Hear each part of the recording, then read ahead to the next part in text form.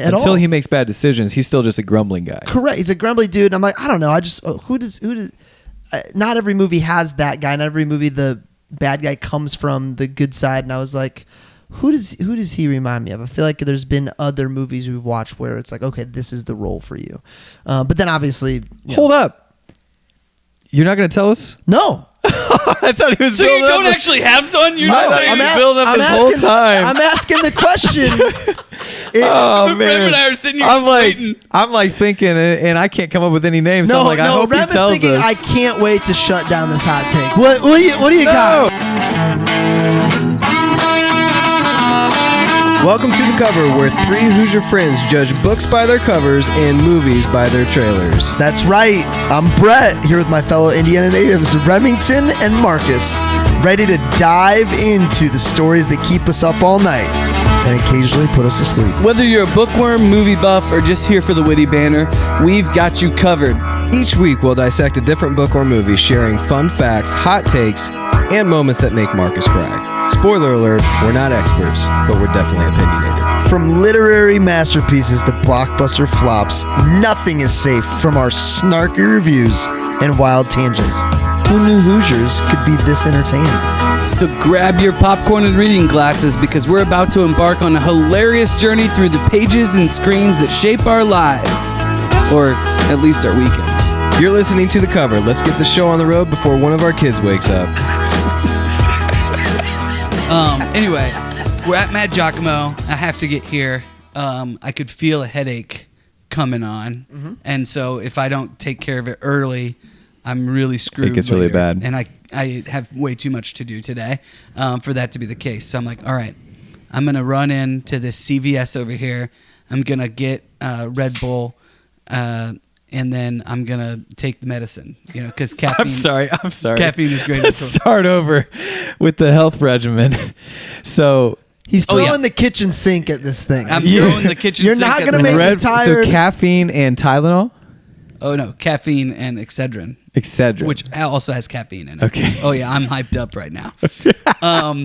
But I'm thinking of all the things I've got to do to get here, to do everything. And I had a very short window of time. So I walk in there. I grab the sugar-free Red Bull. And then I just walk right out of the store. I mean, I walk right out of the store. I get into my car and I go, I didn't pay for that. And so I go back in. I've already had it cracked open. I'm just thinking I got to get there as fast as I can. I walk back in, pay for it, to take the receipt. Nobody says anything to me the entire time. Yeah. Not one person noticed that I went in. Where'd you get it at? Walked out. It was a CVS. Oh, Do you remember that? You remember that comedian that opened for Nate Bargatze and talked about CVS people? Yes. It was a really funny bit. People that work at CVS. Yeah, special kind of person that works at CVS. Dude, they had no I could have been a criminal, guys. You were for a hot minute. But did you use the self-checkout? Yes. So literally, no one knew you stole it, walked back in. Came back in. No one paid. has any idea. Nope. Well, now they do. Now the whole world knows. Well, now it's crazy that they don't. The buzzer doesn't go off when you walk through anymore. This is actually perfect. Once our social media team is up and running in September, this would be a great splice of pause. Bargatze's guy's joke, and then right back to the story because you're literally describing the joke perfectly. Well, there wasn't even anybody at the counter. Yes, that's the whole point. Check anything out. He will talk about going in at midnight where it's even worse, and there's no one even in the store. There's nobody there. Dude. But the receipt is still a mile long. Yeah. So how do you feel? The receipt's not quite as long as the printout that I get when I take my family to church, and I've got all their name tags, but it's close. I bet Brett has that problem now too. It's actually yours is probably longer than mine. Do you take the babies? Do you take them to the nursery? We do. We do. The 1 hour of freedom. Because you guys are not everybody at once? No, because I have kids that are in 5th grade or higher. So they don't have the triple tag. They only have one tag. They don't have a triple tag. We've got 5 triple tags. Have you ever checked your kids in at church and then gone home and taken a nap? I've checked my kids in at church and went and had breakfast. The 1 hour of freedom. I can watch the sermon later. Put on some worship music. We're out of here. So we're at a get together for a meal with our lead pastor and 8 other families, and everybody's talking about what they do at the church and hanging out. And it gets to me, and I go, I never thought I'd say this. I thought I'd feel really guilty dropping off the kids and not volunteering during the season of our lives with the twins. But it's pretty awesome. and yeah, I feel zero Not guilt. having them for an hour. Right. Yeah. And not volunteering. Like I used to feel like it was a trade off. Like I'd volunteer one service and then Yeah, it's pretty great. Hey, you're in that stage of life. I mean, I think you make up for it at home with the That's always fair. on. Riley is volunteering in 5th and 6th grade. She does the 9 Nice. a.m. Yeah, she walks to church by herself and then Power couple, 5th and 6th grade. So are you feeling better? Is your headache gone? Are you're flying high on caffeine? well, the headache is still there. It's just it's small now, and I know that it would get worse. Does laughter help? Not really. No. All This right. is what we're doing here. Will not. The only thing that would help is sleep. But Oh. that's not really an Well, you can option. sleep. Brett and I can carry this. Okay. and we're getting up early, taking We're a getting up trailer. early. We're taking a camper Yeah. up north. Yeah. I don't want to hear about your headache. Hugh Glass went Hugh- through Exactly. a lot more than a little headache. I'll power through. He didn't even need a Red Bull. Man, what a movie. Man. I didn't want to do too much background because I like to learn from Remington during the podcast. I do too. But I Yeah. couldn't help but go, all right, what's the background on this? Yeah. What war, if a war? I what? bet you found some pretty cool stuff about the filming. Couple things. The filming that popped up, but mostly I searched time period, what was going on. Did not realize. Oh, the he was 1800s, yeah. Yeah, did not realize Mr. Glass was a real human. Yeah. Oh, yeah. I had no idea. Yeah. Now, what I didn't know, and I should have looked up before, do you guys know if he wrote the book? If he wrote a book, or is it just his memoirs on his journal? I'm not sure, but I think it's a book. The Revenant is a book. Yeah. Well, I'll look it up and we'll know by the end of the podcast. Man, Actually, has this movie been done before? Is this a remake? so when you look up The Revenant, there's a 2009 film called The Revenant. I have no idea what it's about. Yeah. And then this one pops up as The Revenant movie. Oh, interesting. So I don't know. Yeah, but this was like, what, 2015? We'll find that out, too. 16? Yeah, this movie is 9 years old. I don't know what happened the last 9 years of my life, but in my 9 years, 10 kids in later. my world, I thought this was like 3 years old. Like I literally thought There's this a movie lot came of out. things that feel about 3 years So old. it was a remake, but the first movie was not called The Revenant. It was Oh. called Man in the Wilderness, and I that was thought- 71. Okay, I thought that there was Wow. another movie. Yeah. that they had this. Yeah. 71. So that means the book, so there's a book before 71? Yeah, or- Richard Harris is the one who starred in that one. Man, well, did a great job with the remake. Welcome to the Cover Podcast. I'm one of your hosts, Brett Wiggins. As always, to my left, without a headache. Marcus Mangus. That's right. Sitting to my right is Marcus Aurelius. You guys just went right over that, by the way. Richard Harris is the guy who played Marcus Aurelius in Gladiator. Yeah. There's a ton of if we look at the thread of our shows, Mm-hmm. there's a link to everything that we've done. Anyway, Anyway, I'm Remington. Oh wow. Remington Ramsey. Sir Remington. Sir Remington Ramsey of Camelot. What? And just remind me, you said it's Richard. Richard Harris. Richard Harris originally played the Revenant in 1971. Wow. And he's also the guy that played Marcus Aurelius in Gladiator. Man, Yeah. knows how to pick them. Yeah. Knows how to pick them. Rem, while you're getting that information up, you might want to let the audience know, what are we covering? We are covering. We are covering The Revenant. You want me to just go right into it? Go for it, man. A frontiersman on a fur trading expedition in the 1820s fights for survival after being mauled by a bear and left for dead by members of his own hunting team. Fur trading. Fur trading. This was a Pelts. This was like when I view the gold rush, people going out west to To get gold. get gold, to be able to chase their dreams of money or survival or whatever. Yeah. This was this was kind of that. You're willing to risk your life for. It was before that because this was Yeah. 1823, Yeah. right? So that was before the gold rush. It was it was pelts. It was furs, pelts. It was furs that could be used for clothing, blankets.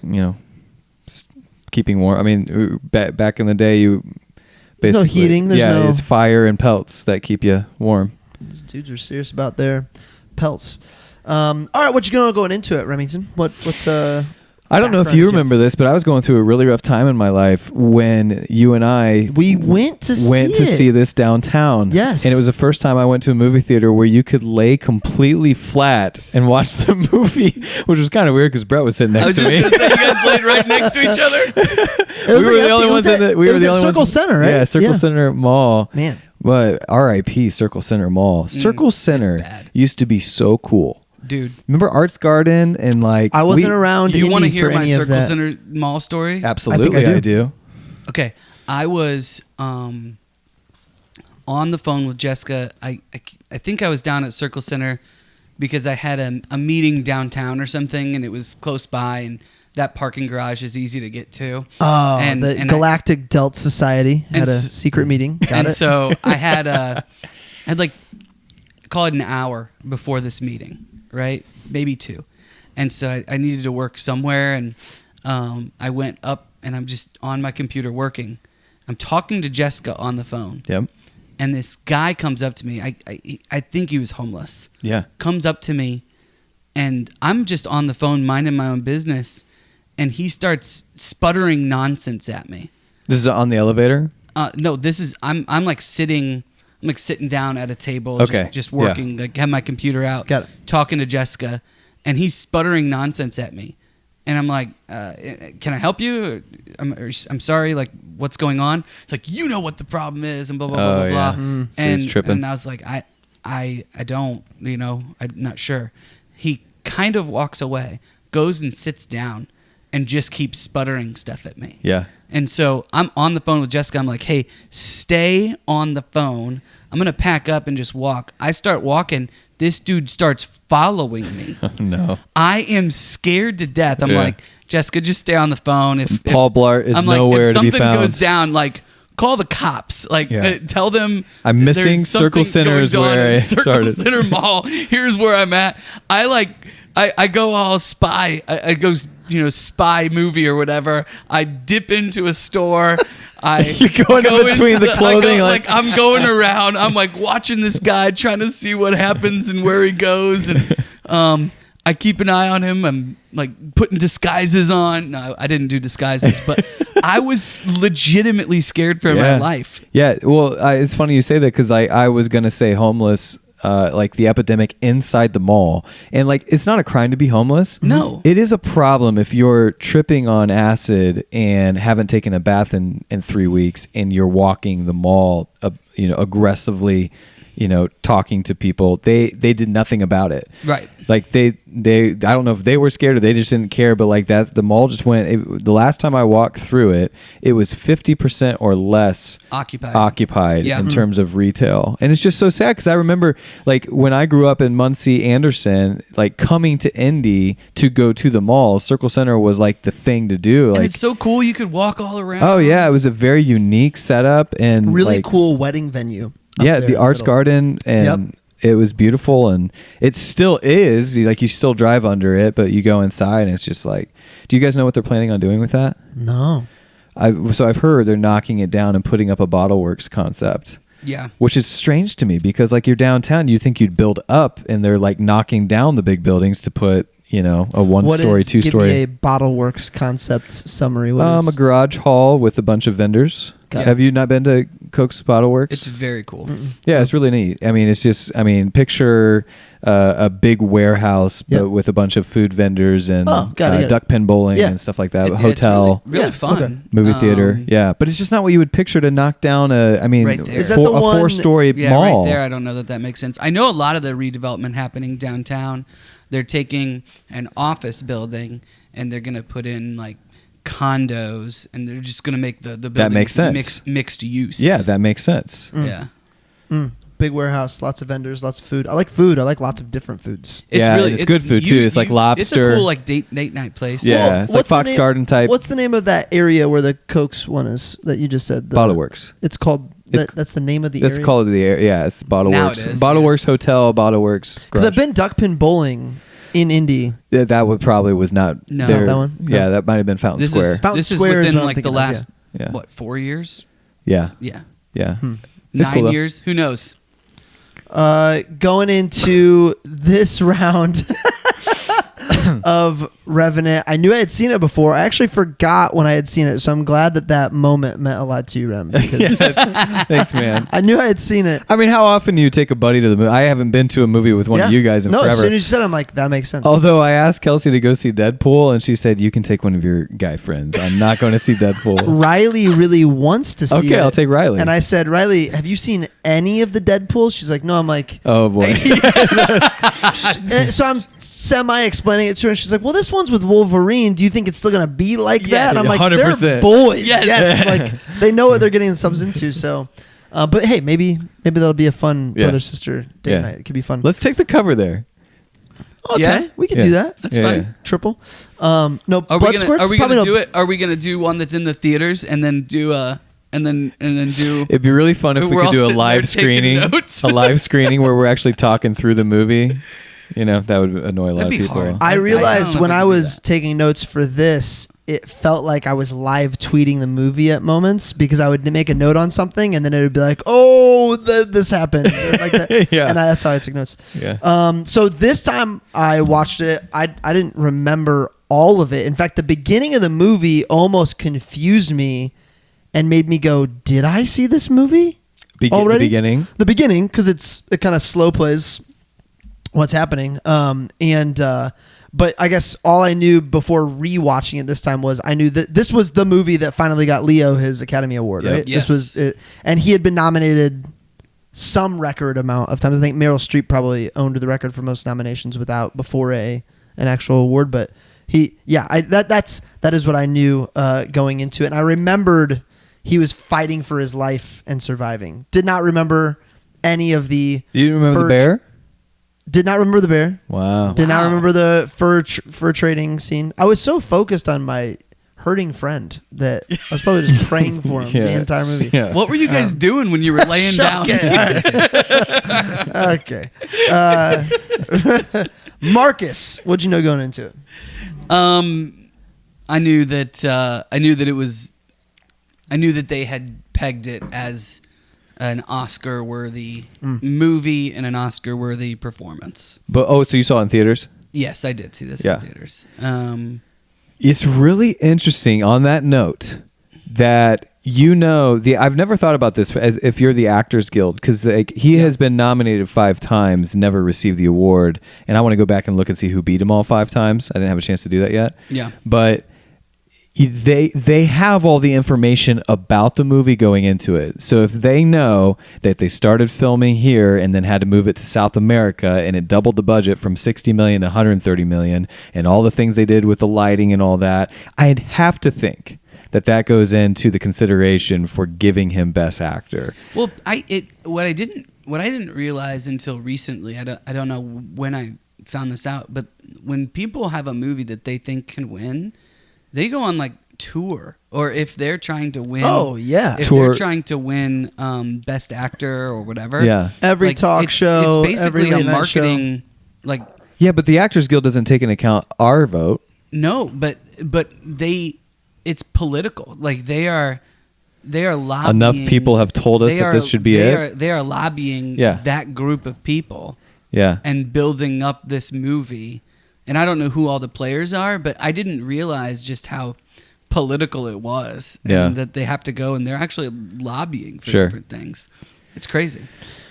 Well, I am so happy that I forgot so many things that I forgot. Yeah. There were it's like many watching it for the first time. aha moments that we'll get to the end, but you know. You're right, though. I remember rewatch because I've seen it probably 5 times now, and I most recently just watched it this year, and it had been a minute, and I forgot how the first attack goes down, and man, it just takes you, completely off guard.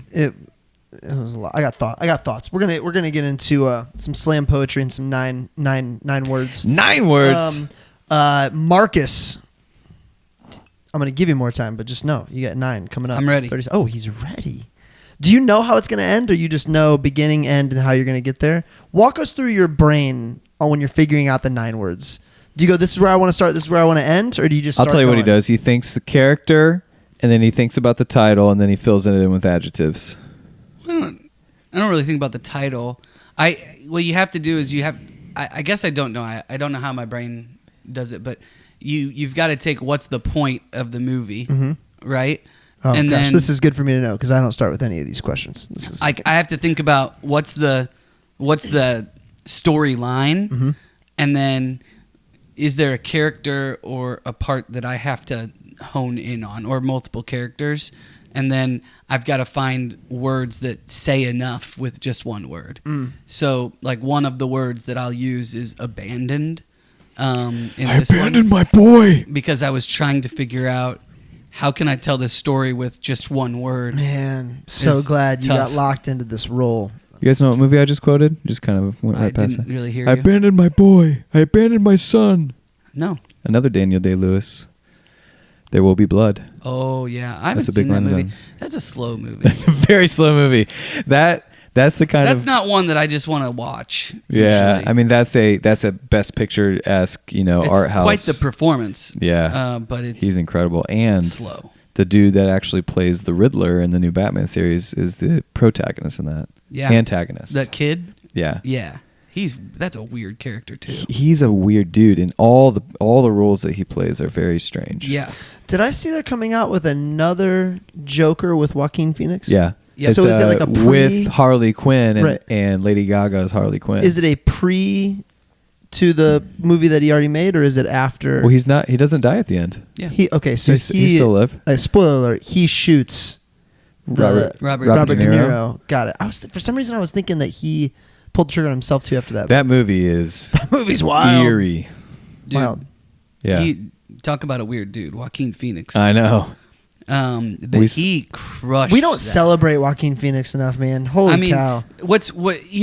I can't believe that somebody had the balls to take on Joker after what yeah. Heath Ledger did. Yeah. Well, But so well, this happened twice. But their entire Twice. happened twice. Yeah, Jared Leto yeah, played Jared the Joker, Leto did too. and now his way around it was he did it for Suicide Squad. Yeah. So it wasn't like a Joker or Batman movie. and Got it it. wasn't much of a role. Like it was. Time Yeah. out. You mean someone did it twice since Heath Ledger? You're not saying Jared Leto. Jared No, Leto he's saying Jared Leto and played Joaquin Joker, Phoenix and then played. I thought you were telling me Jared Leto died, and I was like, where have I been? This is No, it's just it's hard to take on a role that's so iconic. And I mean, Yeah. think about who's played Joker. Jack Nicholson. I mean, so that Batman was on TV maybe 3-4 nights ago. yeah. That's a weird movie. That yeah, well, again, Jack it's Tim Nicholson. Burton, right? It's a weird movie that I did not. I watched it as a kid a million times. That one is not Tim Burton. Tim Burton starts with Michael Keaton in the next one. Well, with- Michael with Keaton is Penguin. in the Penguin. one I'm talking about With Penguin. Penguin is where. Oh, got it. Yeah. with Danny Tim DeVito. Burton didn't do the first one. I don't think so. Let me look. Man, it up. that movie is. There's some weird scenes that are eerie, that Yeah. are very almost No, you're right. if He you- did. I'm sorry. I just had this discussion at Park's place with somebody. So he did do that, but it wasn't Tim Burton-esque. He didn't do his like Nightmare Before Christmas kind of like filming until he did the Penguin. It had some clockwork. I see. It had some Clockwork Orange feel. Yeah. To it, like Yeah. very. Which I don't know if that's plenty after it, but it was like 98. Yeah.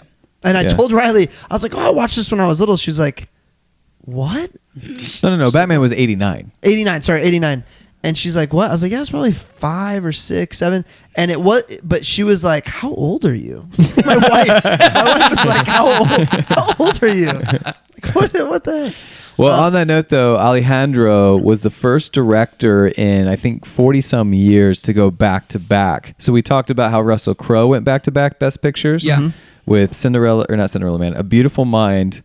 Oh, we really got to do Cinderella Man. I love that movie. Oh, I just listened to Russell Crowe do Rogan's podcast. Yeah. Oh, that would be a good one. It was Talk about his life? I just kept thinking, man, we could use so much of this. Yeah. Oh, Did you totally. listen to long form, or did you? I highlights? listened to the whole thing. Yeah. Wow. How long was it? 4 hours? While I was doing Three hours? It was while I was doing my practice round yesterday. 4 hours? Huh? 4 hours? 3 hours? It was 4 hours? 3. Yeah. Yeah. So Russell Crowe went back to back with Gladiator and then A Beautiful Mind. Mm-hmm. Alejandro went back to back with Birdman and The I like Revenant. Birdman too. And those are two very different movies, very different Yeah. film styles. Like Birdman is one Extremely shot. different. So wait, Birdman came out the year before The Revenant? Correct. So the Birdman, that movie is... 10 years old. Whoa. Yeah. Whoa. That's a great movie. Yeah. That's an awesome movie. Which, crazy about Michael Keaton, who we've always been talking about. How great is that? It's fantastic. Michael Keaton's great. He's so good. To be honest, The Founder's one of my favorite Michael movies of his. Keaton picks great roles. Yeah. The Founder was very, very good. Yeah, Yeah, I like which it. is great. Reading Sam Walton right now, there is some, I don't know, gives me some feels, some vibes about Founder. All right, 30-second synopsis, 30 seconds on the clock. Let me roll this guy back.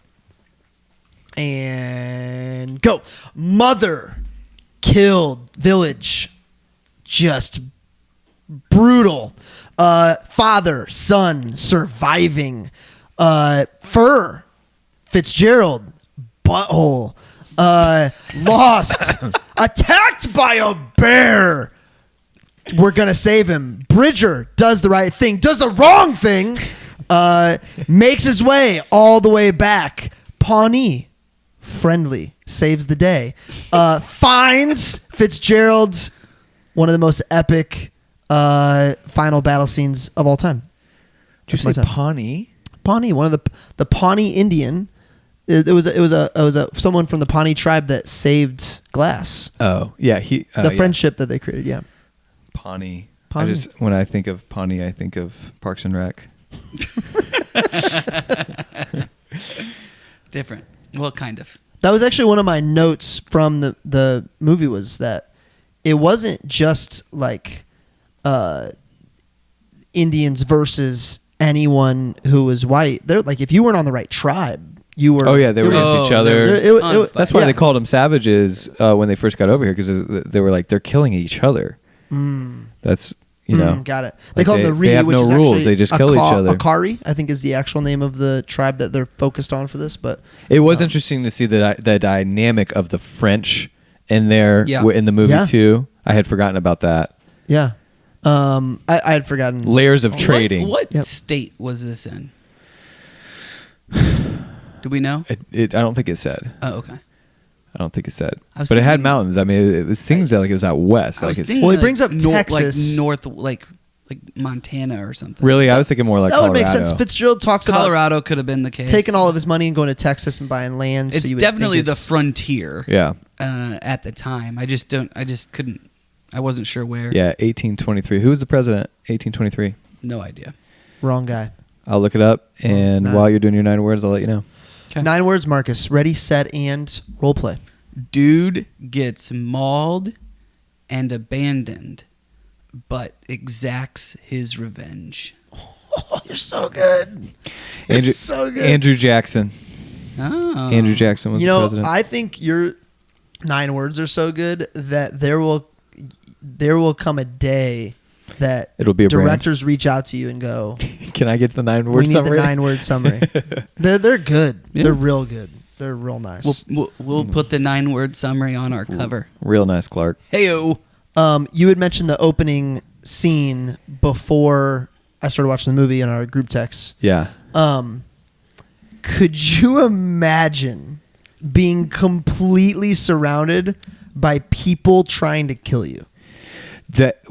Not only that, people not using loud weaponry. That's Oh. what makes it so eerie to me. Is like, have you ever seen Strangers, the horror movie Strangers? No. No. So what makes the movie so epic, in my opinion, is there's not, like in most horror films, something crazy happens and scares you. There's really loud music. There's no music in this movie. So there's people walking around the house, and all of a sudden you'll see one, and it's not like loud music that scares you. It's just like, did I just see that? And it freaks you out. It makes the hair on your back of your neck raise. Yeah. When they do this scene, arrows start flying through, so the only sounds you're hearing are whoo, whoo, and then the blood squirts that go through a guy's neck, and then he falls over, and it's the imagery that makes it eerie. The first blood squid. Oh, so we're not talking about the opening scene. We're talking about that opening battle. The opening battle, which is, you know, The opening scene before the credits sets up the thing with correct with Dude, his, that's really cool with the water running, and it's one continuous shot, which a lot of the movie is one continuous shot. But it kind of, you just see their rifles, then it comes around, you finally eventually see glass. Yeah. And that's really, really cool too. Yeah, the cinematography. Well, I was talking about when his son is hurt. At the very, very beginning, like pre-credits. Right. His son is hurt, and he's saying to him, you know, as long as you've got breath, fight, or whatever. Yeah. And it Keep sets breathing. up. Keep breathing. It sets up the entire. They movie. slow play that. But when people, really well. when people think about like the opening scene, they think about the battle. That battle is awesome. Yeah. So what you're talking about is like being surrounded, and they're not even riding towards you; they're riding a perimeter, right? Yeah. Yes. So like now they're, and there's no loud music. It's just you think you're gonna die, and you're being backed in this corner, and man. It's in the cinematography on it, the way they film it, where they're like going in and out, and then they choose to follow an Indian that's running by on a horse, and now we follow him, and he's the protagonist of that moment. Yep. But like, it's one incredible. continuous scene. Yeah, just like it's Birdman. What? Yeah. Like, could you imagine being on the crew and they're like, "All right, we got to run this back." And How you have many to takes do you think it took them? You're not going to get it. 2. I was gonna say you're asking for one of two reasons. Either because the number's no, like because they crushed it 2 times. So I don't have any knowledge necessarily of this. I just know that I've seen on The Chosen. There's a couple of episodes where Dallas Jenkins does this, where he does it for a long time, and they move from person to person to person. And I've heard the actors talk about it's much more like stage acting. Yeah, you got to bring your A game. Like you don't want to be You're the on one now. that ruins. Could you imagine being the kid who plays Bridger? Yeah. That's by the way, that's the kid from the "y'all are getting paid" meme. Yeah. So that's all I can think about the whole time. The Meet the Millers. Could you imagine knowing that you're going to be in that movie? you know you're going to be in that type of scene with Leo, and you could be the one that messes it up. I know, that's true. The pressure preparing for that. So the reason Yeah. I brought that up, the reason it made me think, which is one of our first questions, what made you think, is I've played Halo Yeah. and been by myself with no shields, and my heart has like 3-on-1 end of a team deathmatch, and I'm like getting ramped up. Could you imagine? Well, you know what's probably closest to this that we've experienced, although we were on the attacking side. Oh yeah. Was one of our Paintball. punishments. For one of our draft, punishments one year for losing in our league was 1-on-11 paintball. Yeah. And that's pretty close. Just curious, is he to still what in that the would league feel or like. He what? is not. Oh, okay. Emeritus. He's emeritus. Wonder if that had anything to do with it. Oh man, but yeah, He handled it like a champ. he really did. Came out yeah. swinging. Once Oh, yeah. once Came out he shooting. realized offense was his best Oh option, yeah, it was game over. I ran and yelled. Yeah, I ran and yelled for sure. I caught some friendly fire from some people. Dude, Did we play Jim. Well, so we did 1-on-11, but then we also went and played That's what I paintball. was asked. Did we play And, regular? Yeah, paintball? we we did kept after. playing. And there was one time that Jim and I were on the same team, and I was in front of him, and it was right at the beginning, and I just get smoked in the back. Like, Jim, what are you doing? Jim's kind of like Come on! my 7-year-old daughter. Like he will do something like that, and it's funny. We all laugh. But if I did it to him, right? Like he just wouldn't. You remember in the league, Rafi has a paintbrush so that he can stab people with paint when he's going fast. Playing paintball, all of a sudden he goes, "Gattaca!" and runs at you with a paintbrush. Oh man, that show. I sat there during that opening scene to come back, and I was like, "Holy cow! People did this. Yeah. Yeah. People did this." Like, and after it was clear, like even before they got away on the boat, the Indians come in and just start rummaging, just start immediately accounting. What do we have? Yeah. Right away, getting the pelts. Well, that's why they did it. Well, but it's like it was just so surreal to me that it was like right away. Like, Like, what do you expect them to do? Like, check their dad?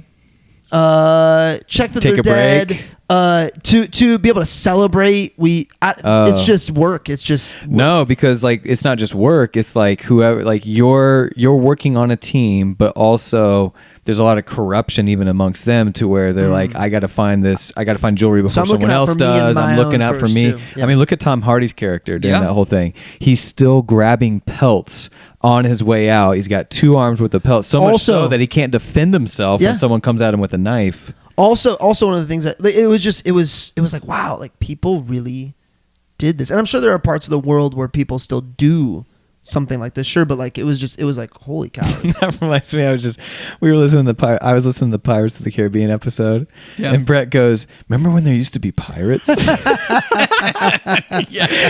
Still are pirates. That's too good. There used to be pirates. Did they teach you about pirates in school, college? Did you guys learn about pirates? Yeah. Okay. I mean, okay. The Somali parts. I mean, that's the whole part of, like, Captain Phillips is... We've all seen Captain Phillips. All right. That's any more thoughts on opening scene? Any revelations? What's after that? What do we got? No, I mean, I think that just right off the bat, the cinematography hits you. Mm-hmm. And phenomenal. It's captivating. Right, and it's different. The entire movie was done in what's it called? Natural light. Natural light. So there was there was only one scene where they brought in because the fire wasn't working or something like that. So like the entire thing, they're not going to film until they get it exactly right. Yeah, and that's what part of the reason why they had to delay filming so much. Did this guy get a blank check budget? I mean, what? I don't know the answer to that, but a lot of times they'll go back to their the people funding it and say, hey, this is gonna be great, but we need more. Yeah. And that's because he just wanted it to be real, natural. This was I mean, you can't film half of it with a certain look and then try to fabricate it. He's got a quote somewhere saying like, we could have just done the whole thing with a green screen, but then we wouldn't have won any awards. Right. That's true. Yeah. I mean, that's a big piece of it. It was beautiful. I mean, the scene itself, the prettiest scene I thought was when he climbs out. I'm jumping ahead, but he climbs out of the horse, and then he's putting his clothes back on and assessing how much he has to carry with him. And the snow is melting, the sun is peering through, creating this haze. And it's in a normal movie, it would be a shot, and then they go to a different shot and screen, and then they show his face. But the entire scene is filmed from this one angle, and you're just watching him get ready because of how beautiful the scenery was. And every scene was like that. It was, I mean, so was that a real horse he got out of? I have some of that in my hidden gems. I'm sure it was. I have some of that in my. They committed. Gems. They committed. They killed horses, of course. You think they get real? They said they didn't. We know what happened. Just like in that first, I mean, you want to talk about that first scene? How about when that guy just randomly walks up and shoots that horse and it falls over? Yeah. I was Googling why that happened for years. I just like, I mean, you're like, what? Why on earth? So did you guys? Well, it's probably so that they can't get away, right? They can't take the horses. It was like, hey, if they're not going to be our horses, we're not going to be your horses. I'm not going to let them. I'm not going to let them have my horses. Okay, maybe, but the dude who walks up and does it. You've got people flying by throwing. Like, you're talking about the dude with like the overalls. The overalls, like he just got off the toilet. Nowhere. Yeah, I think he came off a toilet. And there's chaos happening around him. People are riding by, shooting arrows, shooting guns, craziness, and he's walking almost in slow motion and just walks up and shoots the horse and then turns around and keeps walking in slow motion. Yeah. And it's that at that point in the movie, every time I've watched it, that's when it like seals the deal for this is the eeriest battle scene of all time, because that makes no sense.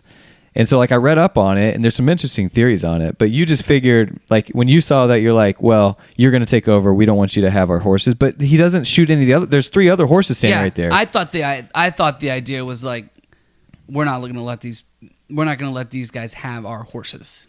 Right. Maybe. I mean, that was one of the theories, but if that the reason that theory doesn't hold to what I think is because he shoots the horse and leaves the other 3 and then just turns around and walks off. Like it makes no sense in the movie. When you watch him, it doesn't look like it makes sense. Do you think is he a random dude that was actually like living out on this land that had nothing to do? No, but I love your takes. I love your takes. He definitely doesn't look any of the parts. The most compelling, no, he looked like a frontiersman who has just You got think off the so? toilet. Yeah, is what it looks Okay. like. The one that was most compelling that I thought it was is that it showed the brutality and chaos so much so in the moment that you just kind of lose your mind and you just decide that you're It's gonna surreal. yeah, it's surreal. You partake and you're like, I'm gonna shoot something, and then he shoots a horse. But like, it's brutal when you watch it. Like when you watch it, it's really weird. Yeah. It makes you feel something when you Not a see Kelsey movie. No, there are a lot of blood squirts. A lot of blood squirts in Yeah. this one. I didn't remember Fitzgerald was the true antagonist, but I don't know why it's like I literally wrote in my notes before It must be awesome to be able to watch movies and then There not are remember some them. situations you could very just, you could just pick advantageous. up a movie anytime Here's and be what like 10 movies to just circulate experiencing them. it like it's brand new again. Here's what's not great about it. Anything my wife tells me, it's the exact same thing. So it definitely hurts in some cases. So Fitzgerald though, like I'm like, gosh, who does this guy remind me of? He's on the team, but he's complaining about everything. He hates leadership and not realizing he's going to be the true antagonist. Because at this moment, I'm like, oh, it's Yeah, he doesn't Indian- have to be he doesn't have to be the bad guy at this point. no, he doesn't at all. Until he makes bad decisions, he's still just a grumbling guy. Correct. He's a grumbly dude. And I'm like, I don't know. I just who does not every movie has that guy. Not every movie the bad guy comes from the good side. And I was like, who does he remind me of? I feel like there's been other movies we've watched where it's like, okay, this is the role for you. But then obviously, Hold up. You're not going to tell us? no. I thought he was So you building don't up actually have someone? You're No, just saying I'm that- building up this whole time. I'm asking the question. Oh Rev man! and I are sitting here I'm just like, waiting. I'm like thinking, and I can't come up with any names. So I'm like, I hope Rev he is tells thinking, us. I can't wait to shut down this hot take. What do you got? What do you got? I wanted to know who you were thinking. That's of. what I thought too. I thought you were trying to like come up with something. Yeah, originally I just read like not what specifically, who specifically is what role is he actually playing? Is just like the grumbly? But I will say, like, there is That's movies. what you were thinking before Yes. he became. Yes, before the he became- I mean, it is a Judas type character, though. Yes. Like Judas is who you're talking about, like who is just kind of like, why are we doing it this way? We don't like it. Like always grumbling, and then eventually becomes the bad guy. But then when they left him back with Glass, then my next note is, why would you leave this guy back with Glass? Like, why would you? It Because seemed no pretty one else dumb. would stay. It's, No. He had his son was staying, Yeah. and Bridger. was staying. Yeah. And the only reason why he said I would stay is because of the extra money to Right. see it through. But Bridger could have done it. Like Bridger and Hawk could have seen it through. They didn't need an older dude. and the doctor's son. I don't think that's not quite. I mean, the Fitzgerald or whatever. I think that he says something along the lines of The three guys these can't two do guys this. Can't do this. Right. So that's what I'm saying. He talks himself into it. But the head dude, the redhead guy, which in my opinion was, played for a fool the entire time. He was Sure. like from the very fact that he would let, like Yep. you said, Fitzgerald even do this. Yep. It's pretty obvious he's just Well, going to kill him and take the money. I think that the frontier and this kind of a job attracted a certain type of person, right? It's either somebody who had to leave society yeah. or wanted to leave society, Right. And so I'm not sure that when you have this kind of a job that you've got tons of options. To your and point, you've got to pay them a lot of money. to because you said it, to share a quote to support that. He says, "Life? What life are you talking about? I ain't got no life. I got a living, and the only way I get to do that is through these pelts." Yeah. Yeah. It's a good quote. Yeah. So I guess it makes sense from his stance. But man, I was obviously so disappointed in the doctor's son, who was was he captain of this Captain. crew. Yeah. Domhnall Gleeson, who plays in a couple other roles that Yeah, are I really like good. him. Yeah, I he's like good. him as an He's actor. very versatile. Yeah. Oh, because I just saw that he was in About Time. Completely forgot about that. He plays a completely different character in About Time. Doesn't he plays one of the Weasleys in all the Harry Potters too, I think. Oh, yeah. He's one of Nice. the older Weasleys. That's right. He He's plays also at in, like- in the He's end. also in like the Peter Rabbit movie that's like a kid movie. Mhm. So He's versatile. done- is he in Star Wars? Is he in one of the Star I think you're Warses? thinking of somebody else because I don't. That he would have been. I mean, I could be wrong. Love to get to the bear scene. Unless you guys got anything. No, that was the next one Go that for I had. it. Kick us off with the bear. I Wait, mean, you were right. General Star Wars: Rise of the Resistance. Yeah, I just. It's a short can't- though. I just cannot imagine, the pain, like the fear, The like, pain of what- being attacked by the bear. This bear attack. I mean, I have no idea how they did this. This is, and I didn't look anything up, so maybe you guys do. But like, Yeah.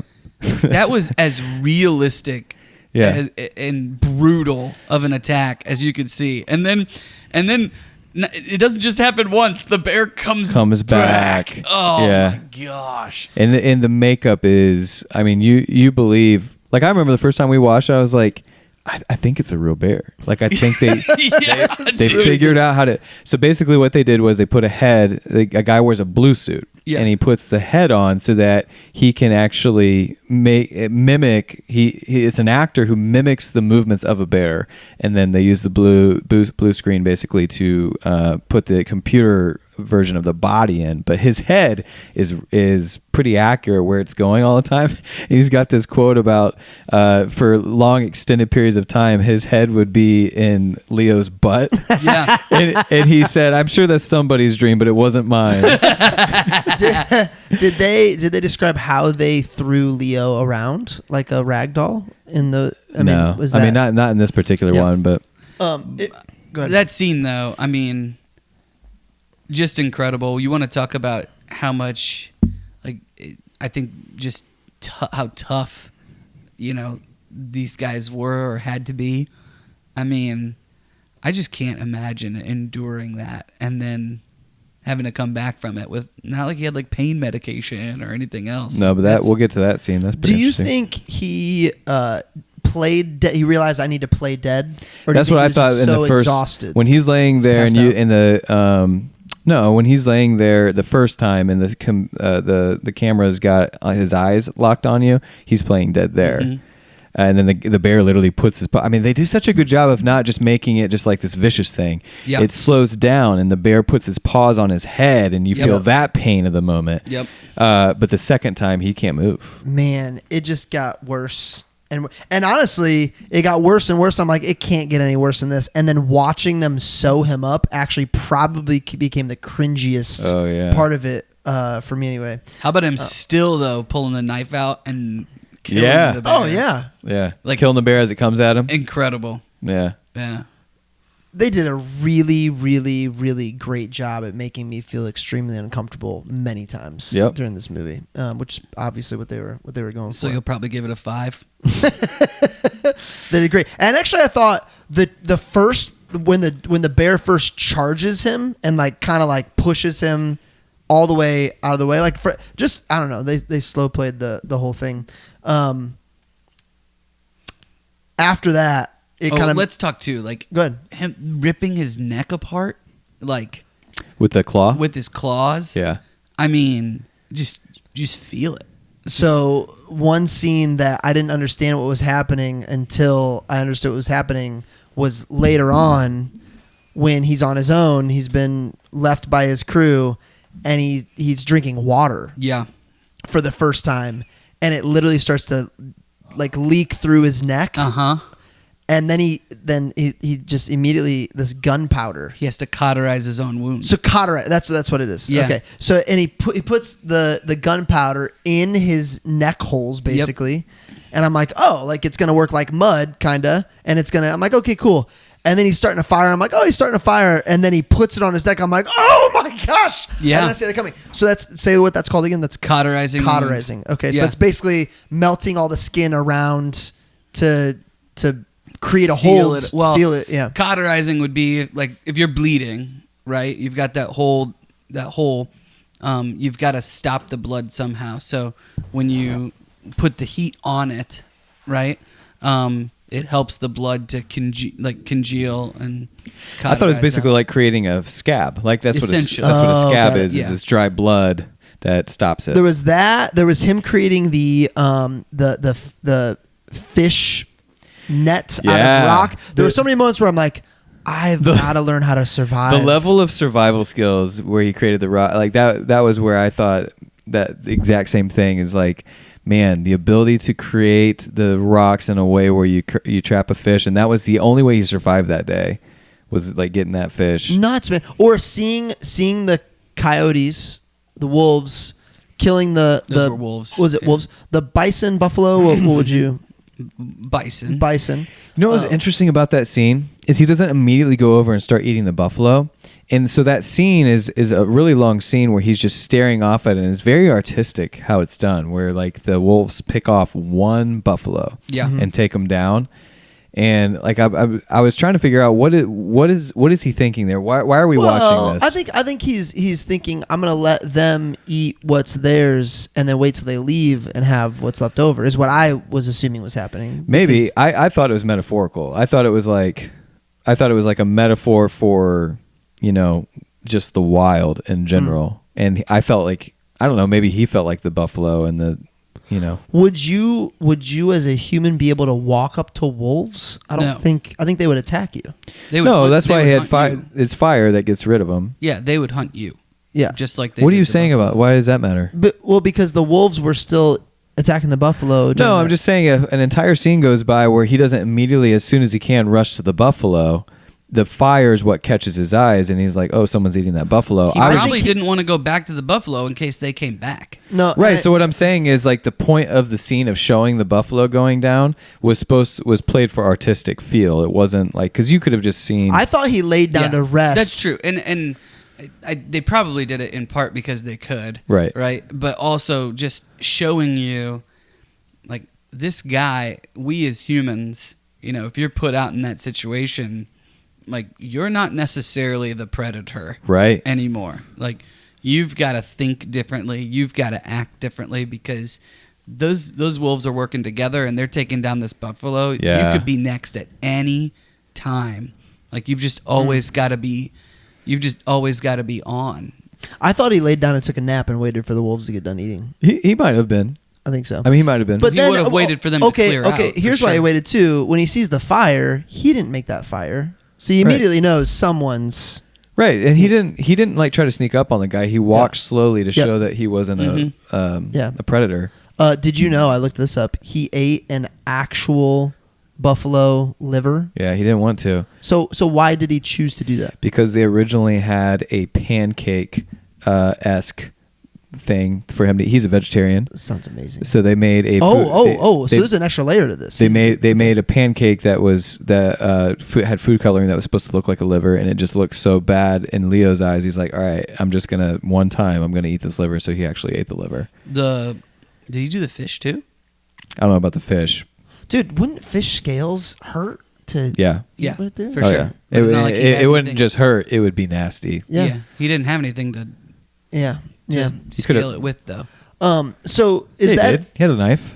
He had a knife and fire. He was just so hungry. Is that a working up? Like, obviously, it sounds like many of the Indians ate this meat raw. Yeah. On a regular basis. Well, you can eat There's certain organs. organs. There's certain organs you can eat raw. Yes. Got it. So this is an immunity working up to situation. Well, you still have to have immunity for that. Yeah. Especially I mean, you can go to Mexico and not drink the water, but the Mexicans can. It's because they grew up on it. Like, I'm sure the Indians eat it. Got it. Super Well, and I'm early. sure too that a lot of them died because of Dysentery whatever they and- got. Yep. Yeah. Remember when he finds that? I think it's a horse. Maybe it wasn't horse. Maybe it was buffalo. But it's a skeleton, and he's digging through the skeleton to try to find any meat left over on it earlier. It just Where he finds the bone marrow. Is that what you're talking about? Yes. Yeah. Yes. What we should be drinking, but instead drinking Buffalo Trace. What was that? What was that restaurant downtown Tatonka. that would Black serve- Market. Black Market. I loved Black Market. And they would serve bone marrow with Yeah. with bacon They had and some eggs. cool, peculiar stuff, Mhm. dude. That and Mimi Blues from right that area. Yeah. Done. Those are Mass two of my favorite Ave. spots on Mass Ave. Yeah. So I just his survival. I'm just sitting there going, I need to be more of a man. I need to. A lot of these movies make me feel like that. I know we've asked. Agreed. We've asked this question a few times, but I think that I'm the only one with any shot at surviving out in the wilderness. Oh, for like sure. this, Why is that? Of this three, Well, I got the diet down. I've been carnivore for 6 months. Because I'm probably the Rem, only you have to one kill that would, something first. I can kill something. I mean, I would just have the most experience in terms of just outdoors in general. If I'm stuck in Plus, the middle of anywhere, I've watched a lot of episodes of Naked and Afraid. Oh, And then you would Alone definitely win. and those, You know, I was thinking about being a quarterback because I watch a lot of football this time of the I year. knew that was going. Tons, like the most. yeah. I'm actually gonna call. You can't be a quarterback because you Coach wouldn't, Freeman. you wouldn't want to go all out. You wouldn't want to throw. You throw That's the true. arm. That's true. We'll run an option offense. It'll be great. Well, hold on. We're just gonna no. If that's the way you feel, we can definitely create some challenges. In fact, you're in charge of the Draft Olympics. If you want to put together some sort of survivor skill, You want me to do like a fire making challenge? oh, for sure. Do I get a lighter? I would dominate. I think Marcus would win. So By the way, I don't think I would. Can you actually make survive. fire I from? don't think Can you I make do it fire with from flint. scratch? I can do it with flint. I have never tried to make it from scratch, so probably not.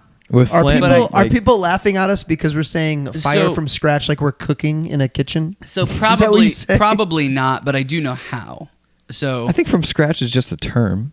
Okay. I do. Yeah, I know how to do it, and I know what kinds of materials and things, but I know that it's very difficult. I'm pretty sure, like, if you really know how, you can just take a branch and keep like do it from. I feel a like single branch. flint is a not very just a branch, but yeah. You sure? important aspect. Yes. We followed a couple of those guys. And I feel like they take one single tree branch and cut it in a way and like whittle it down and, Yeah. and start it from just wood. Well, they do, but Maybe there's the certain s- types the of woods. sun There's and- certain types of wood that work better with one another. You've got to have a certain amount of friction, so there's things that make it easier. Right.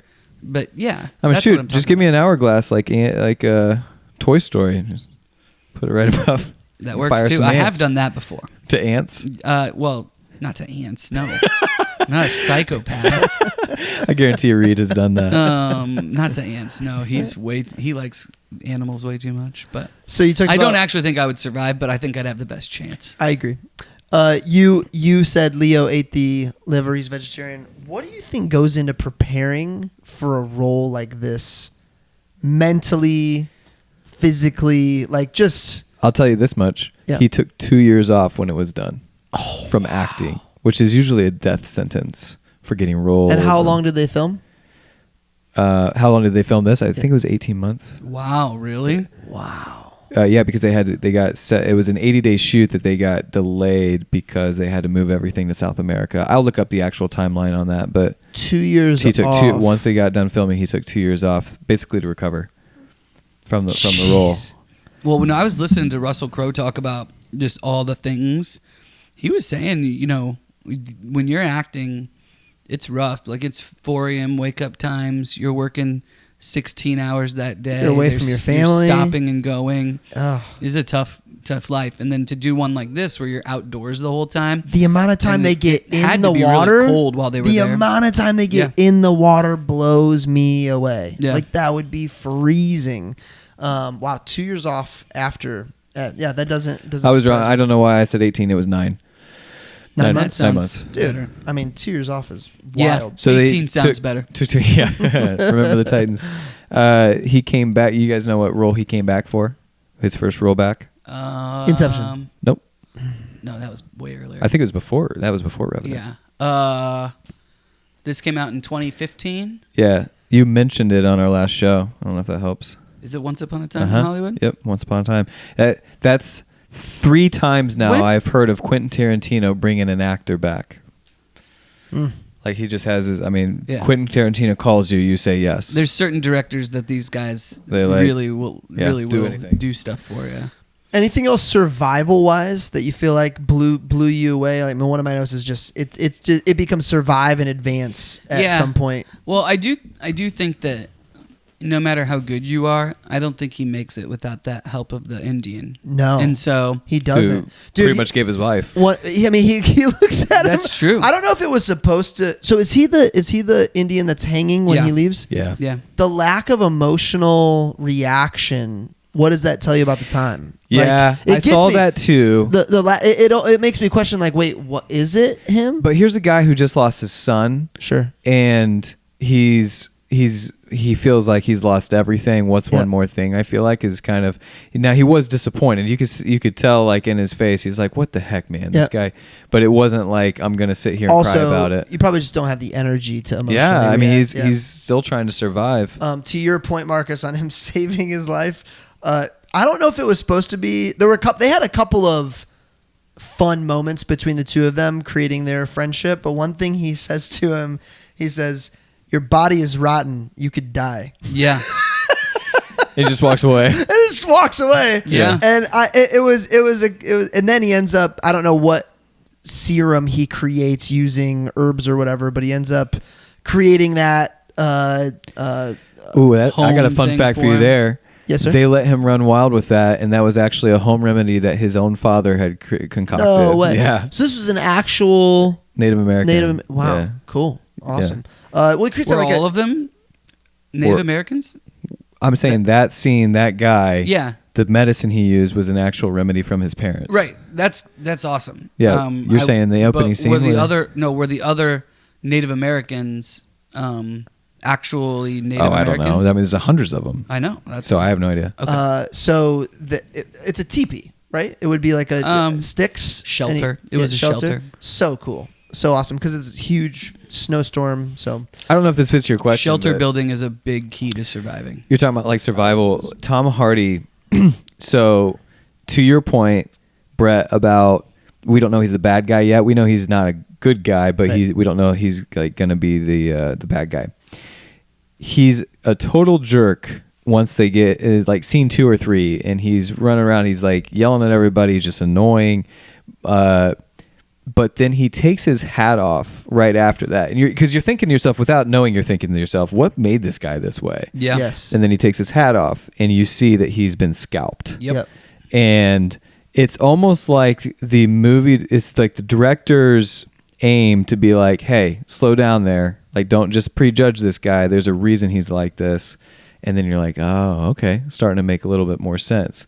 Now, this is before he does, brutal things, but Yeah, I mean, he's not a good dude, but it's easy to see how, especially in context, he probably felt like I'm completely wasting my time.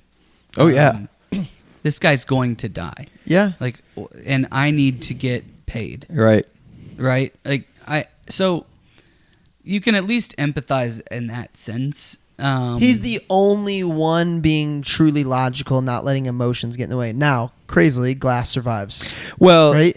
The backstory is, though, Glass was the reason why they all survived a couple times. Correct. Because he knew the frontier and he made a bunch of really good decisions as a leader. They made that point multiple times. Yeah. Yeah. Yeah. Like, we wouldn't be here if Right. it wasn't for him. There were definitely moments where I thought he was being genuine. Fitzgerald, now I'm talking about Tom Hardy's character, was being genuine or be like coming around or whatever, but he always ended up he was just not only like really he's a manipulator, like Yeah. really Well, if the masterful. roles were reversed and Fitzgerald was the one that was attacked by the bear and stuff, they probably would have just shot him. Sure. Mm-hmm. Yeah, sure. You know? So what we Because they know- talked about doing that to Glass. They So- talked about putting him. In fact, Be good. Captain, He almost did. he did. Yeah, he raised his and He just couldn't He do it. couldn't do it. He didn't want that on his conscience. I think they could have done it if it was Fitzgerald. Yeah, probably. Right or wrong. You talked about getting scalped. So Him- treat people well so they don't shoot you when you get mauled by a bear. Him scalping Captain after Hold on. When we get Hashtag the cover life advice. I was gonna say when we get T-shirts made, that has to be one of the quotes. Treat people well, so you don't get shot if you get mauled by a bear. So they That's don't going on. shoot you. Yeah. That's going on a T-shirt. when he scalps Captain after killing him. Was that just him? Well, how did you guys perceive that? So he's just mad and angry, Disrespect. or disrespect. Yeah, I think he definitely thought he had received the role because his dad was a doctor. Total Probably disrespect. from a Yeah, if rich my dad was a family and- doctor. Yeah, Yeah. yeah. The scalping while you're alive, them scalping you, that'd probably be a not fun experience. He That would describes cause you- it. I mean, he You just think? He says my brain got turned inside out. he describes it as like I couldn't feel it at first, then I smelled it first, Yeah. and then I felt everything. Yeah. Yeah. Ugh. So what? Ugh. So is this a common practice of scalping someone and then letting them go? Did he fight his way out? Do we? My guess is that the way that this would happen is that he was probably unconscious.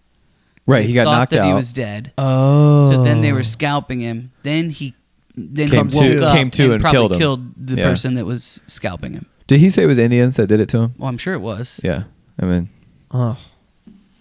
That again, people, for more reason for racism in his opening scene where he's just like talking bad Right. about the Native Americans. people Yeah. really did this. This really happened. I mean, this is Yeah, pirates really existed. why it's just wild.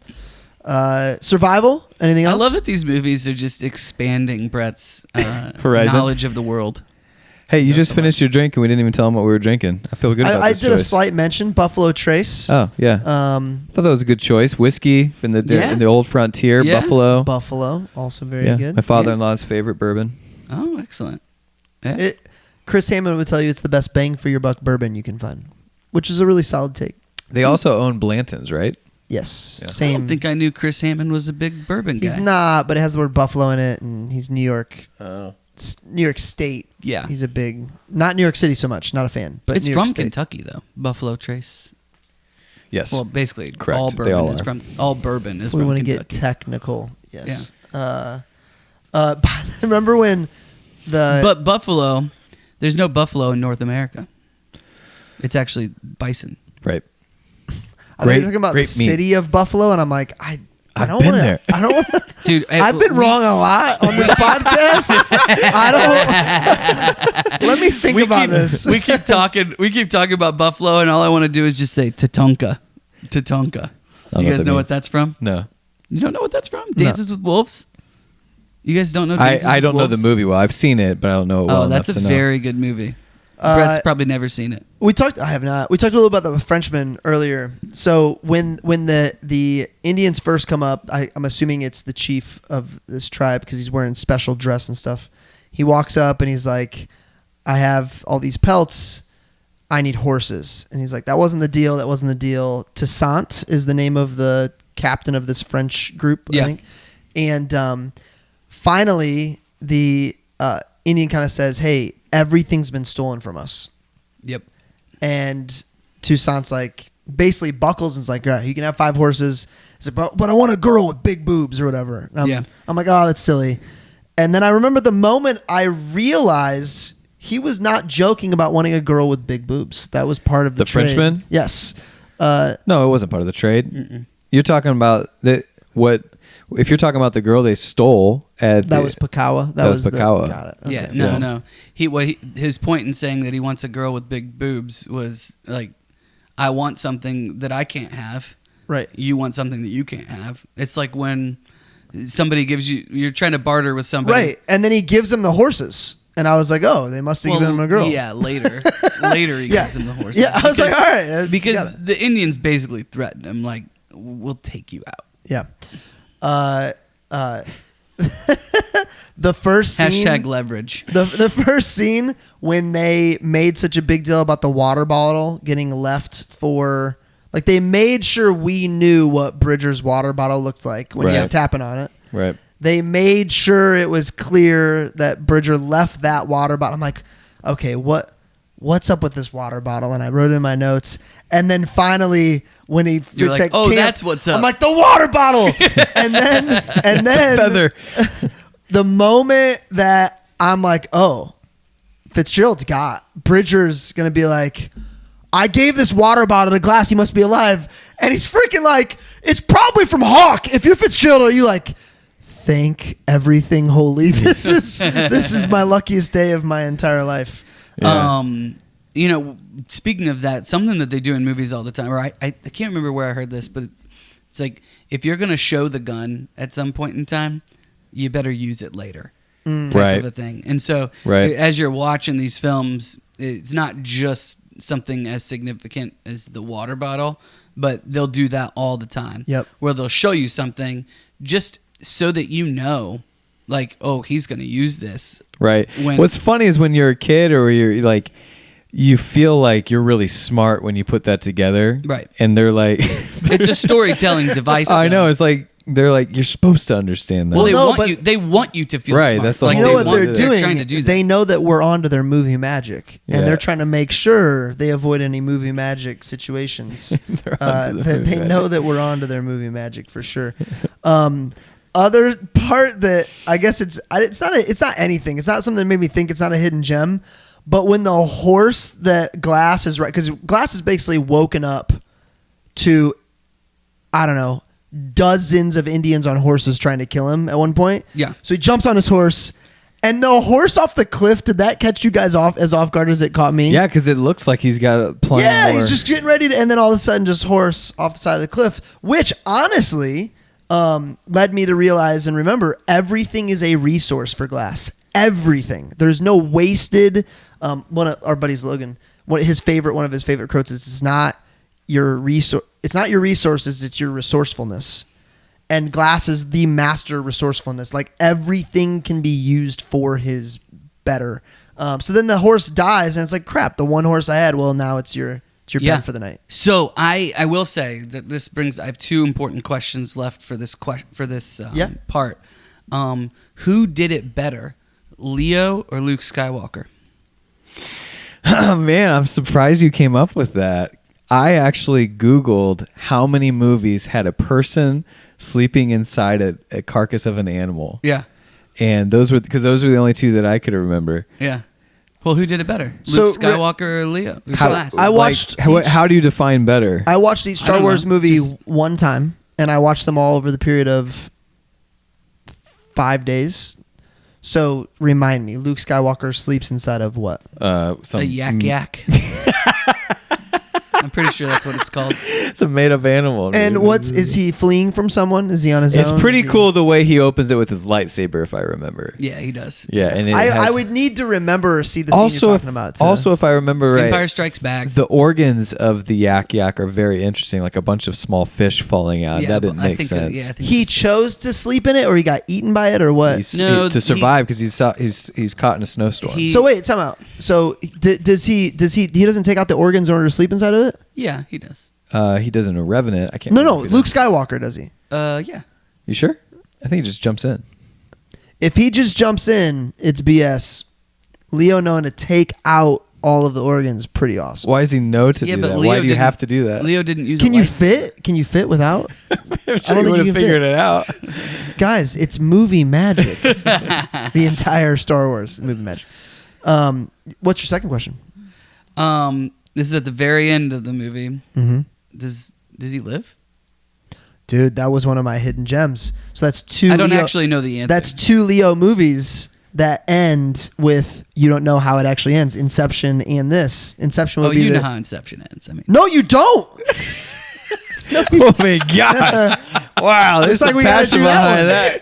that. So so the question is. I mean, this is a real story, right? So So we the que- probably know the answer. Yeah, but again, to my point that they don't actually follow the history. Yeah. Then no, we don't know the answer. And so let me ask you this: have we talked about it? I don't even know if we talked about this. The real Hugh Glass did not have a wife and did not have a son, by all accounts that we know. So now that you know that, Marcus. So now he was just pissed.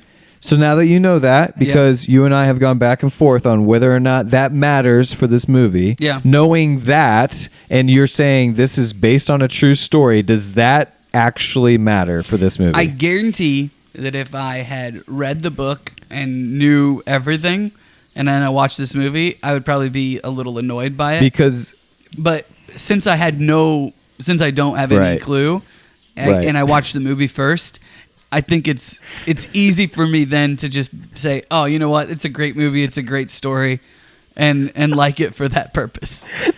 Man, Brett. I've never seen someone go that long. It's like he's poured a water bottle out. I'm sitting here trying to have a real conversation. I can't focus. It just keeps going. Good Lord. Oh man, we got to do potty breaks I don't before know. we If, record I don't know these. if we. I don't know. I don't know if you can hear that or not. But That was at the entire time Marcus was talking. That's incredible. How do you Very feel? strong stream. How do you Very feel? Strong stream. Healthy. Wow. I feel healthy. Hey, That was must have his had entire 14 morning cups of drink. coffee before he came in That was his here. entire morning drink, just All right. going down the drain. So you're Mr. Harry Potter. I love the books. I can't handle the movies because it's not true to the books. That's why I thought you of all people would like resonate with the fact that it's weird when they put very important details in a They just movie change that them. just change the life of a character. Yeah, I don't like it when I know the real story. But if I don't know the real story Right. and I just can appreciate Yep. the movie, then it doesn't bother me as much. I was wondering if doing this show with you guys would like hurt movies for me because I don't want to be that snooty guy that can't appreciate just a film. Yeah. And I'm not there yet. But that part is kind of weird. I think it's just recognizing that almost every single big Hollywood movie is going to need a love story to some extent. And that's okay, but like, man, to change Well, they probably wanted to give him a reason beyond just being abandoned, right To have exact revenge. the revenge. Yeah. To answer your question, the question would be, does he choose to just allow himself to take his last breath because he views that as a sign from his wife that, hey, you finished the journey strong, it's okay? Or does he play to the, if you have breath, keep breathing, don't give up? Yeah. I think it's great. And the fact that he looks into the camera for probably the first time any character in the movie looks into the camera. Do you guys know what Revenant means? Did you look it up? I didn't look it up. So the Revenant means literally one that returns after death. And so that's what he says at the end of the movie. Is like, I'm not afraid of death. I've already done it. I've already died. Yeah. If I had to guess, I would say, That's great. I like that. I want to say he goes, all right, I'm gonna lay down here. This is where it ends. But I don't think he would do it. It's not who he is. I don't know what kind It's of not who injury. Hugh Glass is. I don't know what kind of we injury. only know him in revenge mode. Yeah. And his revenge is over. Well, Right. it is kind of cool when he's like, he remembers revenge is in God's hands and lets him float down to the. That was pretty cool. Yeah. Chopping off the fingers was very vivid. Yeah. That And that character, he's just like, dang it. You know what I mean? Like, chop my fingers off. Like, that's a frontiersman right there. Before we Yeah. fast forward to that, though, how do we feel about Bridger upon Glass's return to camp? What, his response? How do we feel about just Bridger in general? Sure. So Glass returns. That's when it gets real, right? Before it gets real, I felt like, you know what, Bridger didn't take the money that the captain offered him. That was honorable because he knows what happened. But at that moment, he thinks that he's dead. He's like, you know, I didn't do the right thing, but he's dead. Yeah. When he returns, it becomes real. How did you feel? Were you like, you're getting what you deserved? I don't know. It's tough to be put. So it's tough to be put in Bridger's position, knowing that he could also be killed, He and would have been. He would have been killed. He's an inferior person to the other one he's got to follow. Yeah. So, I think he handled it exactly like any of us would have, and I think he should feel guilty, but maybe not too guilty. I think he's feeling exactly the way he should. Yeah. They weren't really clear with what actually eventually happened to him, though. Yeah, because then basically Glass comes back and says, "Hey, by the way, Captain, this is not." You can tell the Bridger." captain is like feeling his own guilt by how he takes it out on Bridger. Yeah. That's fair. That's what I thought the entire time. I was like, you're overreacting a little bit towards this kid. I'm guessing it's because you feel like you screwed up. Yeah. It just led me to go like, if you're not willing to make things uncomfortable on your own account, it's gonna get really uncomfortable way more on someone else's. Mhm. And but it is. He's young. How old is he? Fitzgerald is his senior. Fitzgerald already has held a gun to his head, clicked the trigger, and it just wasn't loaded. Yeah. And he's like, all right. Now, I thought that was crazy too, where he literally does that and he's like, all right, well, grab your stuff. Let's go. It's time to leave. Yep. Because that's what I'm saying. He would have died. It's wild. It's absolutely wild. If he was, you know, prepared as he should have been. So remember when he's looking for Fitzgerald. Doesn't he say something like, if you're going to pull a gun on somebody, make sure that it's loaded or something, or the powder's Check in the it? powder, make sure the powder's Check the powder, yeah. So Glass leaves camp, is riding, trying to find Fitzgerald. Fitzgerald has already killed the captain at this point. And Glass, so this is my notes for when Glass cuts down the tree with the weird V Yeah. on it. And I wrote down, cutting down the tree to mark his tracks. Interesting. 3 minutes later, oh snap, it was to prop him up. That was one of the coolest scenes of all time. That was one of the, so do you remember the first time it happened? I didn't realize what had happened until Fitzgerald uncovers the fact that that's Captain on the ground. Yeah. Did either of you know before that that's what was happening? I don't remember. I don't remember the first time that Yeah, I don't watched remember it, the but first Can time. you guys believe I forgot that I from the knew first this time I watched it? Oh, yes, yeah. I can absolutely believe you forgot that. No, like, yeah, that's That totally was believable. awesome. That's That totally was- believable. I'm sure I didn't see that coming. Or you're to the end of the movie and like something has to happen. He can't be dead. So you know what I mean? Right, yeah. But you don't know what. Well, I thought at first I was like, oh, he heard the shot, but doesn't know where he's coming from, so he just acted like he got hit. Did you actually sneeze there? I was fighting it. Oh man, that's the worst. Like you fought it off or you did sneeze? Fought it off. Is it in your brain? So it goes back It up in there. feels- What happens to a sneeze that you fight off? It's somewhere. Yeah, that's hard. I don't. I was gonna ask I a don't think similar that question, ever but I happens didn't know if with we me. wanted that on the podcast. So, yeah, I that was amazing. That was great. Totally caught. I was waiting for him to still be alive and like get the gun, but he, Gotcha. yeah, it was good. Anything else? Moments made us think before we get into quotes. Things that made me think about the movie in general is less is more. This was the least amount of actual verbiage line-wise that Leo has in any movie, and it's the one that won him the award. And it's just like, that kind of acting, not relying on how many words you say. And I remember him talking about the script where like he uses characters that use language a lot, that have a lot of dialogue to build the character. And so he really had to rely on like actual acting. And that's what won him the award. Like that made me think, instead of taking the easy way out, like words can sometimes be the easy way out.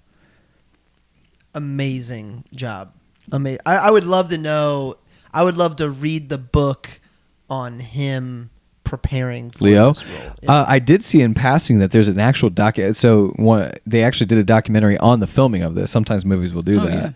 And Would yeah, love we, to see we it. should I think check they do out. that more and more now, especially it's just easy and Yeah, I mean it's probably good for there's more promo places content. to put it out there. Yeah. Yeah. We've already shared quite a few quotes. I love this. Might have been my favorite exchange of the movie, probably. And to Rem's point, there's not a lot involving Glass, but There's not lots of quotes. yeah. This is Glass and Captain Henry.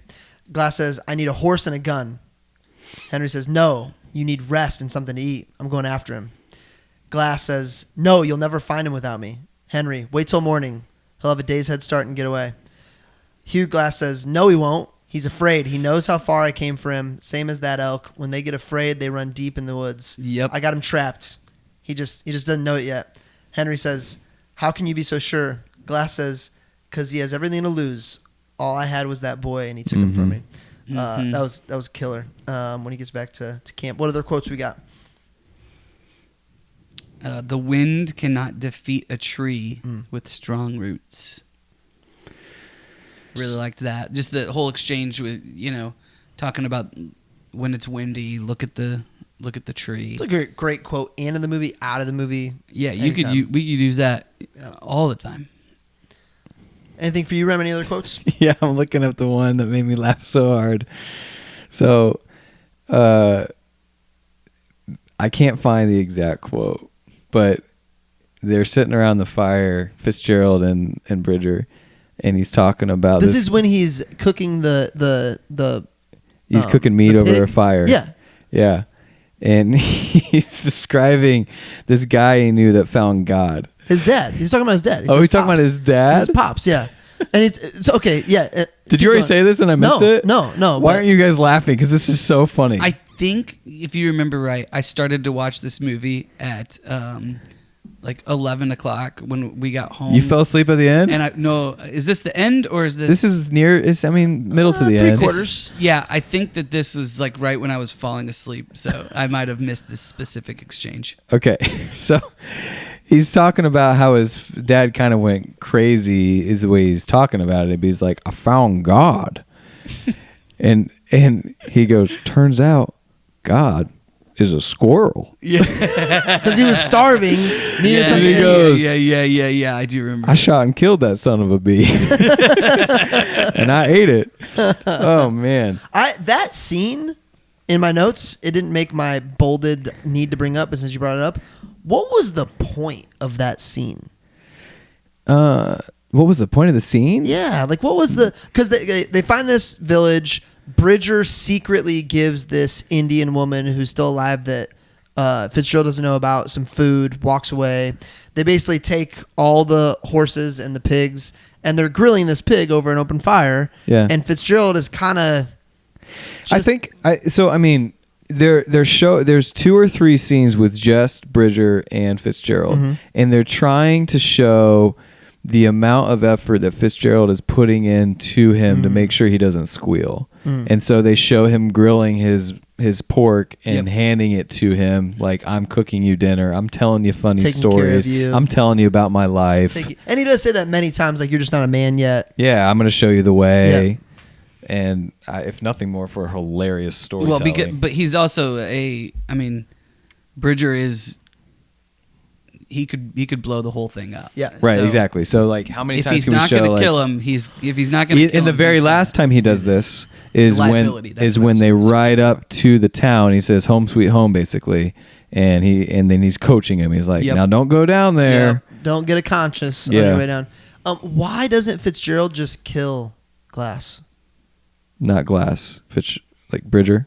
No. Way back when he's trying to suffocate him and somebody comes up, when Fitzgerald... Hawk stops him. Right. Okay.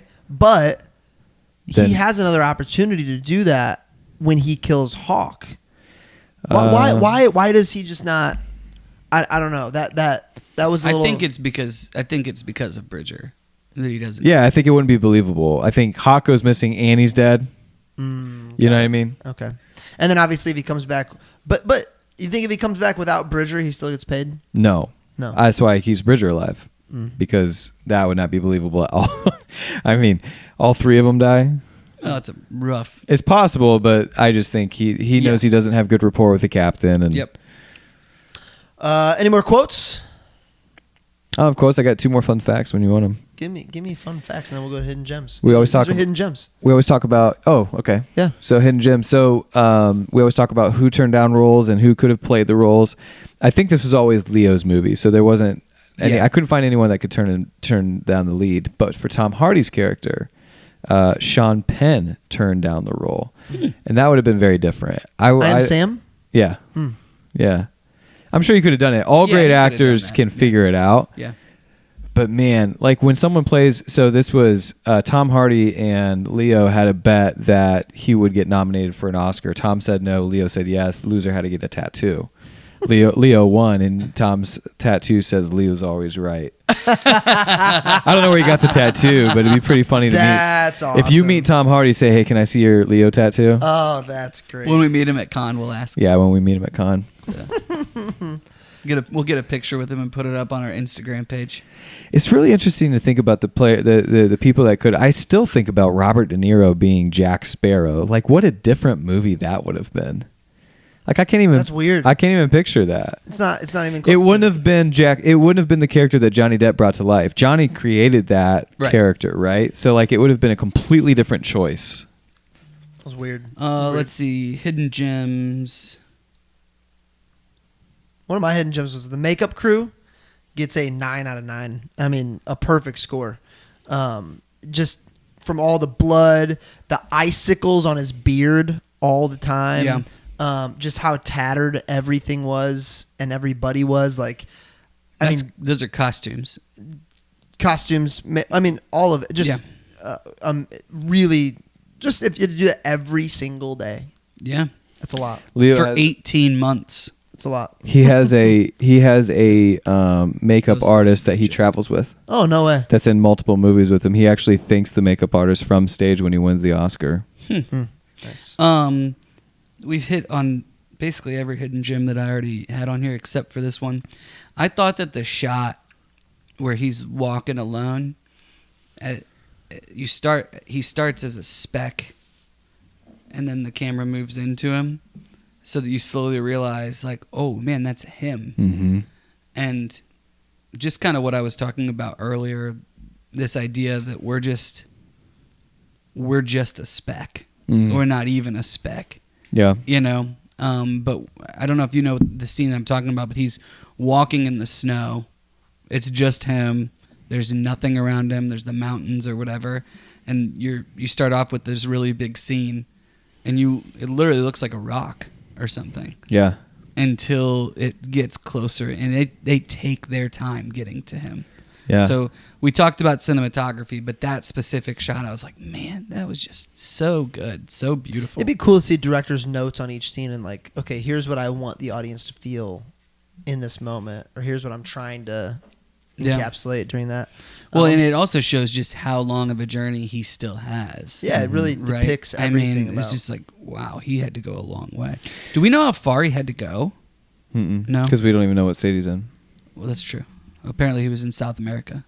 That's pretty far. That's pretty far. That's pretty far. I Cross-continent. found out today that there were about 1,000. Is this even? Never mind. That's not South America. Keep going. Now I really want to know what he was saying. It might have been South America. I was thinking about the last hidden gem I had was about context, and I was thinking about how like had the Indian that saves him and he met on the battlefield, they just would have killed each other. But since they met, the two of them not on the battlefield, not in that context, he actually felt like he needed to save him, right? And you think about like sometimes you see deer running through your yard, and when you're out hunting them, you shoot them. But if they're in your yard, they like context is everything. And I think that's so interesting how when we're put in different contexts, we see things differently. It reminds me of your baseball story. Which baseball story? Every baseball is the exact same, but the story. It's all about Yeah. the story. Yeah, or the moment, or timing, or whatever. All right, I'm ready. I'm ready to rate. If Let's do y'all it. are ready to rate. Let's all go at the same time. All right, Wait, ready? this is going to really backfire if you guys aren't going to say what I'm about ready, to say. set, go. 9. Yes, Hey. Yeah, no brainer.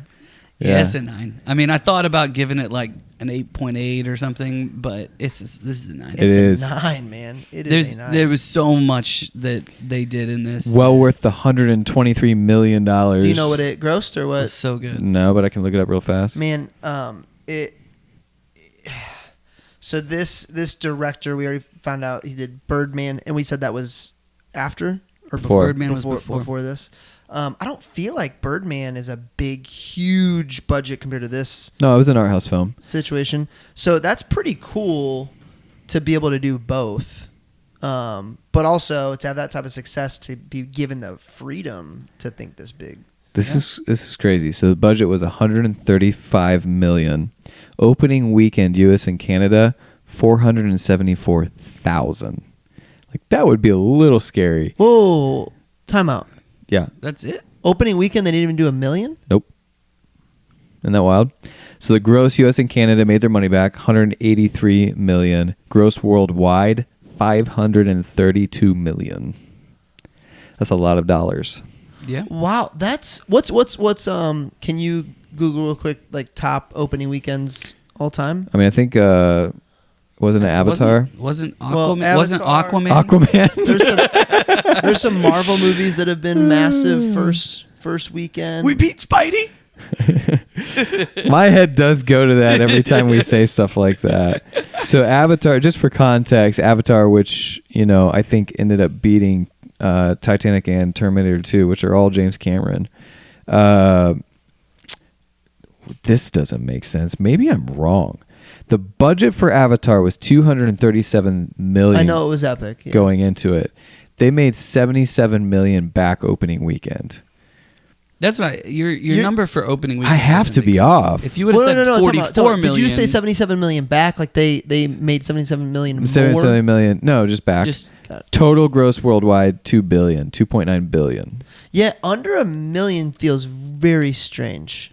Yeah, I mean, I'm on IMDb, but we'll look it up for the next I episode. could see how this wouldn't necessarily be a movie for everybody, though. Yeah, it would build momentum the more Like people. Kelsey doesn't want to watch this. This is too many blood squirts. I know. It's a 9 that certain people won't watch. Did Riley watch it? Did she like it? No.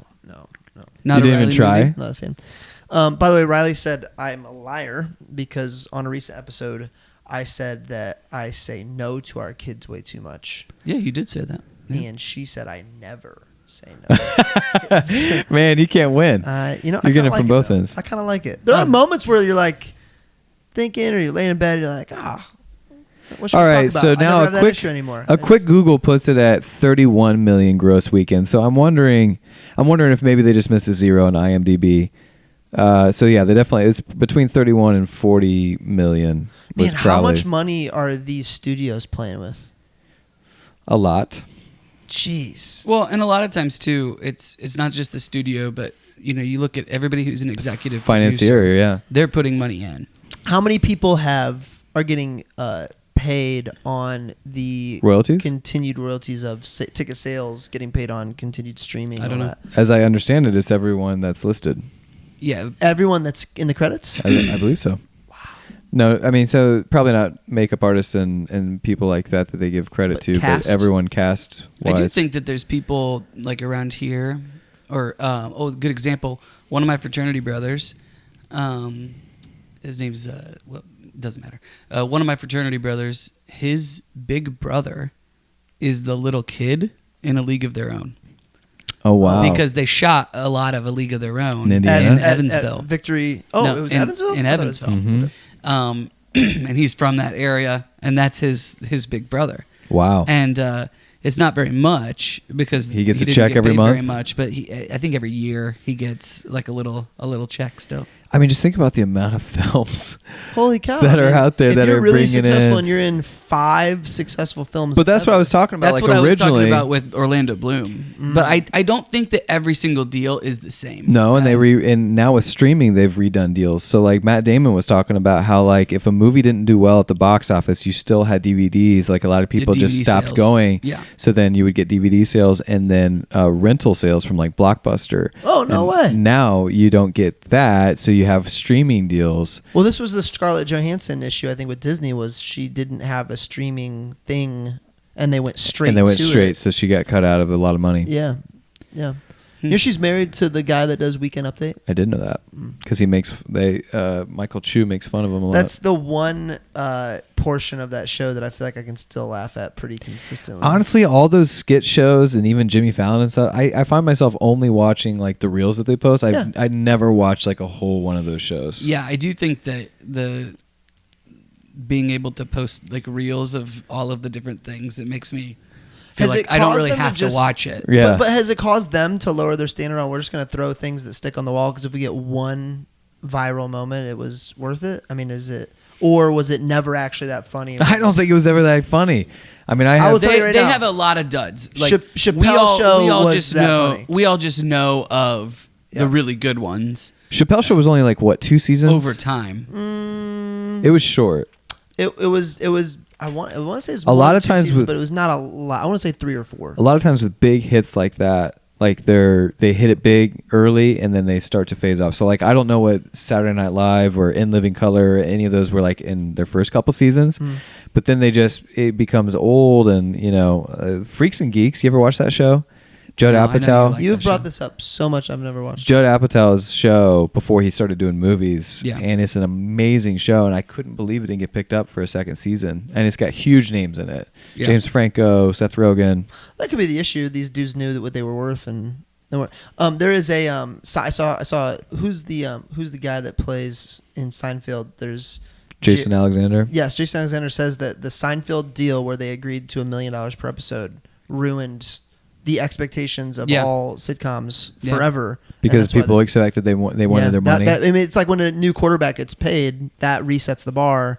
He said they totally ruined it for Most everybody. of the shows that I think are the best shows end after like either season 4 or season 5, season 6. Yeah. Like I feel like that's What's usually the ER? sweet spot. ER goes for like 40 seasons, like Law and Order. Yeah, Law like and Order. all those. I was there's- watching. So How do you come up with? I threw an episode. I don't know why, but I threw an episode of Law and Order on, and I was Dum-dum. watching it, and I was just like, The acting in this is awful. Right. My expectation for TV shows has just gone way up. Thanks to AMC, HBO. Yeah, exactly. I mean, FX. I mean, there's such good acting in so many of these shows now that when I go watch that, I'm like, man, this is It's terrible. not just the acting, it's the writing, too. The writing, yeah. I believe, and I know I'm one to speak over to confidently, so I'll say I believe. Longest running TV show. Do you guys know what it is? Simpsons. It is The Simpsons. Yeah, Simpsons. Which I watched on a regular basis. All right, let's wrap this up. What's next, Marcus? We got a book. We got a movie. The book. We're not allowed to talk about our next movie. That's true. It's a good point. Okay. Yeah. Just kidding. Nice little hint for you there. It It's the took first me 3.5 seconds to know what you were doing. First rule of this movie is we don't talk about this movie. That's how I should have done it. I'm deep. I'm probably midway through Sam Walton Nice. biography.